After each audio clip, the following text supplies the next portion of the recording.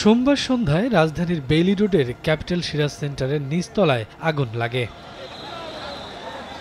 18 তলা ভবনের 5 তলা পর্যন্ত শপিং মল আর বাকি তলায় অ্যাপার্টমেন্ট। প্রত্যক্ষদর্শীরা জানান, নিচে আগুন লাগায় উপরের তলায় থাকা লোকজন আতঙ্কিত হয়ে পড়েন। অনেকে আশ্রয় নেন ছাদে।